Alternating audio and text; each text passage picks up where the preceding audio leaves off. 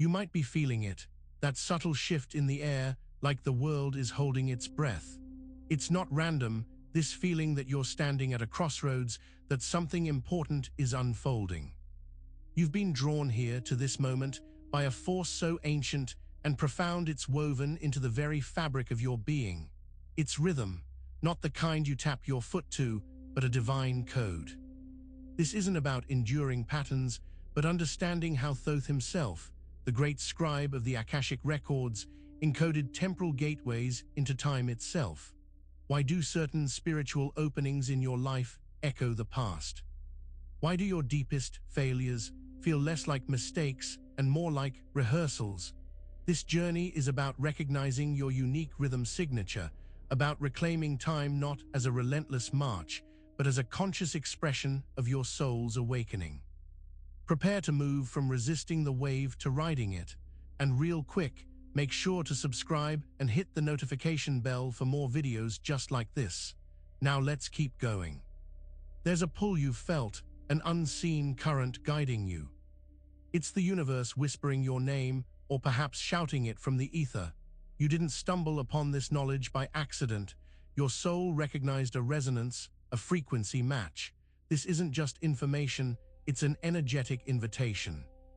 Think of it as a cosmic breadcrumb trail leading you back to a forgotten part of yourself. You're here because your internal clock, the one that beats with the rhythm of your soul's journey, is aligning with a profound temporal truth. You've been sensing patterns, feeling déjà vu, or maybe experiencing frustrating loops of the same old outcomes.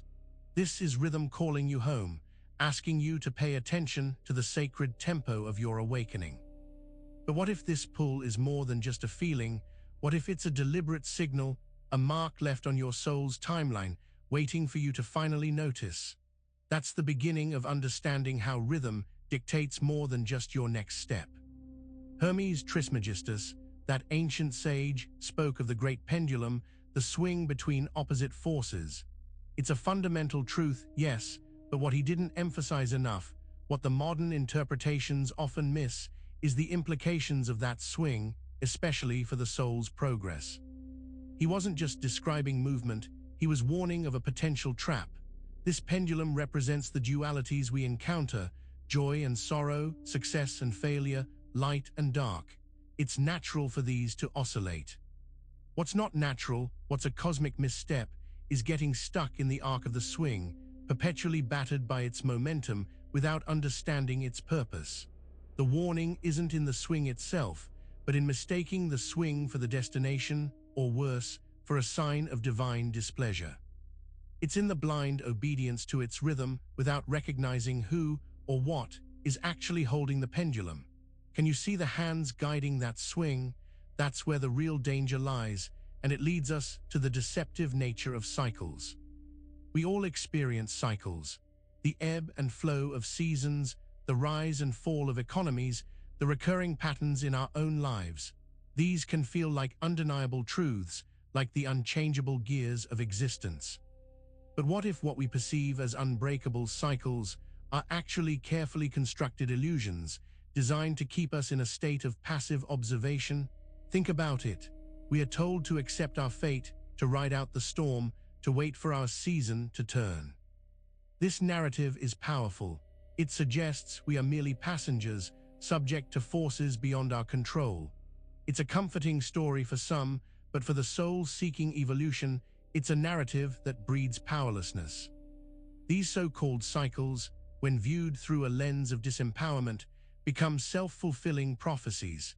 They are lies told to the soul that has forgotten its own inherent creative power, its ability to influence the very timing of its unfolding. But what happens when you recognize the architect behind these perceived cycles? That's where the true understanding of rhythm begins. There's a subtle, yet devastating, consequence for those who remain blind to the underlying rhythms governing their lives. It's not a vengeful God striking you down, but a natural, almost mechanical law of consequence. When you move against the current of your soul's unique temporal code, the universe doesn't necessarily judge.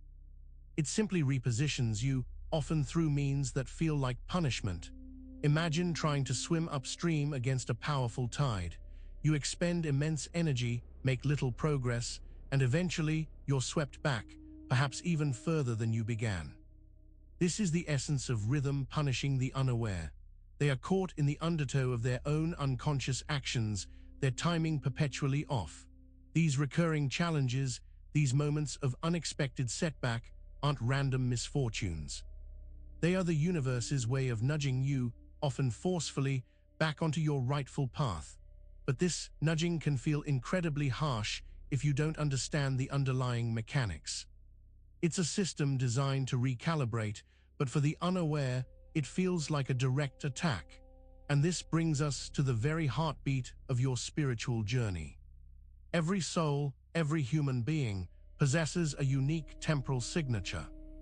It's an innate rhythm, a divine cadence that dictates the optimal timing for its growth, its experiences, and its ultimate unfolding. This isn't about being early or late. It's about moving in harmony with your own soul's internal clock. It's a fingerprint of time etched onto your spiritual DNA. Think of it like a piece of music. Each instrument has its part, its tempo, its unique melody. If one instrument rushes or lags, the entire symphony suffers. Your soul's rhythm is that unique part. When you're aligned with it, life flows with a natural grace and synchronicities abound. When you're out of sync, things feel jarring and progress becomes a struggle. This signature is not a fixed point, but a dynamic unfolding, a living rhythm that requires conscious attunement. Recognizing this inherent tempo is not just an intellectual exercise. It's the key to unlocking effortless creation and divine timing. But how was this temporal signature so profoundly understood by those who came before us? The ancient Egyptians, and particularly the mystics who revered Thoth, understood time not as a linear progression, but as a multidimensional tapestry woven with recurring patterns and potent temporal gateways. Thoth, the god of wisdom, scribes, and magic, was believed to be the architect of these cosmic cycles. He didn't just write history, he influenced its very tempo. Thoth understood that certain energetic frequencies, when activated within the soul or within specific epochs, would inevitably trigger similar outcomes, creating what we now call time loops. These weren't always negative. They represented opportunities for souls to revisit lessons, refine their understanding, and ultimately ascend. He knew that echoes of the past could shape the future with immense power. This knowledge wasn't about predicting the future in a deterministic sense, but about understanding the energetic blueprints that govern temporal recurrence. It suggests that your own recurring life experiences might not be coincidences, but echoes of these ancient temporal gateways intentionally woven into your soul's journey. But what happens when we get caught in the negative feedback loop of our own emotions? Our emotional responses, so often seen as fleeting feelings, are actually powerful energetic currents that shape our reality far more than we realize. We develop patterns of reaction, habitual ways of feeling in response to specific triggers. These emotional patterns become miniature rhythms of their own, dictating how we perceive and interact with the world, and importantly, how we experience time. When you get stuck in a specific emotional pattern, be it anxiety, anger, or despair, you essentially begin to replay the same energetic playback. This creates a loop, an internal rhythm that attracts experiences congruent with that emotional frequency. You become a magnet for situations that reinforce the feeling you are constantly broadcasting.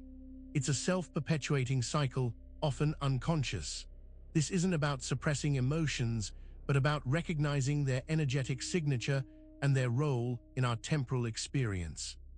When these emotional rhythms dominate, they can hijack our ability to perceive new opportunities, trapping us in a predictable and often painful timeline. But what impact does this emotional patterning have on our efforts to resist these cycles? Resistance is a peculiar force. While it feels like an act of defiance against something unwanted, its energetic nature is often far more complex. When we resist a pattern, a challenging situation, or even an uncomfortable emotion, we are not necessarily dismantling or transcending it. Instead, we are often giving it more energy, more focus, and thereby strengthening its hold over us. Imagine trying to push a heavy boulder uphill. The more you push back against it, the harder you work, and the more momentum it seems to gain, pulling you down with it. This is the rhythm of resistance. By focusing so intensely on what we don't want, we create an energetic vibration that actually amplifies the very thing we are trying to escape. It's a paradox woven into the fabric of temporal laws. This doesn't mean we should passively accept hardship. It means that our approach to hardship is everything. If our strategy is solely resistance, we become locked in a perpetual struggle, our soul's awakening stalled by the very force we believe is protecting us. But what is the first, crucial step to breaking free from this cycle of energetic struggle? The journey of understanding rhythm, of reclaiming control over your temporal experience, begins with a single, potent act: recognition. Before any decree, any effort, any plea, there must be the quiet, unwavering awareness of what is. This isn't about judgment or acceptance, but about clear, unbiased observation of the patterns that are currently playing out in your life. You must first see the recurring situations, the familiar emotional responses, the echoes of past experiences that are manifesting in the present. This act of recognition is the universe's quiet nod of approval, the first signal that you are ready to move beyond passive experience and into conscious participation. It is the essential first step in calibrating your own temporal alignment. Without this clear sight, any attempt to alter your rhythm will be like trying to tune an instrument without knowing its current pitch. Recognition is the diagnostic tool, the pause before the adjustment. It's the moment you acknowledge the specific frequency you are emitting. But what happens when this recognition aligns with a more profound initiation? There are moments in our lives that feel like spontaneous initiations, sudden leaps forward in awareness and being. These pivotal junctures are rarely accidental. They are often orchestrated by the divine timing of our soul's journey, occurring only when we've reached a specific energetic threshold. They are the universe's way of recognizing our readiness for a new phase. These initiations manifest as soul-stirring events, profound insights, or challenging circumstances that demand a higher level of consciousness. They are not punishments or mere coincidences, but rather carefully timed opportunities for growth. The rhythm of your soul has reached a crescendo, signaling that you are prepared for a significant upgrade in your spiritual operating system. The timing of these initiations is crucial. They happen when you are most receptive, most aligned, and most capable of integrating the lessons they bring. To resist them or misinterpret their timing is to miss a vital step in your soul's evolution. But what happens to our desires when we are caught in the downward rhythm of these powerful spiritual shifts? Many of us approach manifestation with fervent desire, listing our wishes and expecting them to materialize instantly. We pour energy into visualizing and affirming, yet often our desires seem to slip through our fingers, especially when they're sent out on the downbeat of a discordant energetic rhythm. It's like trying to send a delicate message on a wave of static. When our internal state is vibrating with fear, doubt, or unhealed emotional charge, the energetic message we send out is muddled. The universe responds to the dominant vibration, not necessarily the words we utter.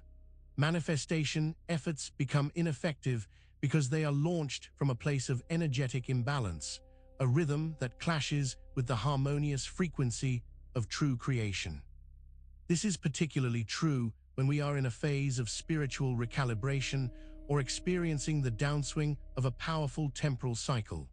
The universe isn't ignoring us, but our energetic broadcast is too corrupted by underlying disharmony to be received as intended. We believe we're building castles in the sky, but the foundation is shaky. What's desperately needed before we can even think about building? The cosmic blueprint for manifestation is simple, yet profound. Calibration precedes creation. You cannot effectively build something new if the foundational energetic structures are out of alignment. It's like trying to paint a masterpiece on a canvas that's warped and stained. The most potent act is not to paint harder, but to first true the canvas, to bring it back into balance. Before you can manifest your desires, you must ensure your internal rhythm is harmonized.